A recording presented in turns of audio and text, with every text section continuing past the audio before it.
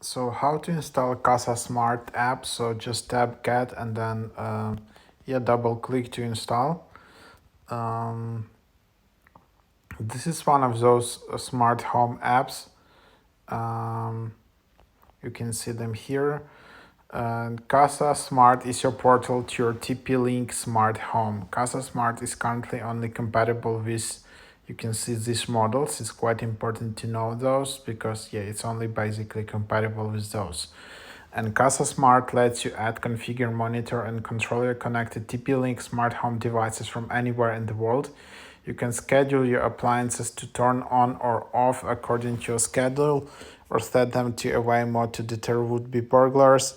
That's just the beginning. Purchase a TP-Link smart home device and download the app to get started today.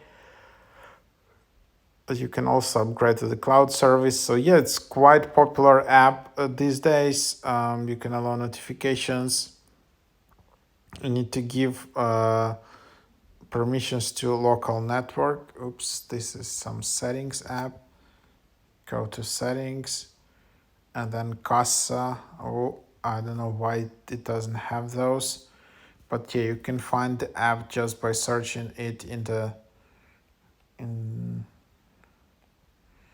app store. Anyways, like that's the idea, and then you can just tap create an account, and you will need your TP-Link ID, which is your email, password, and confirm password, and that's how you create an account. It's not possible to create an account with Google or Apple ID.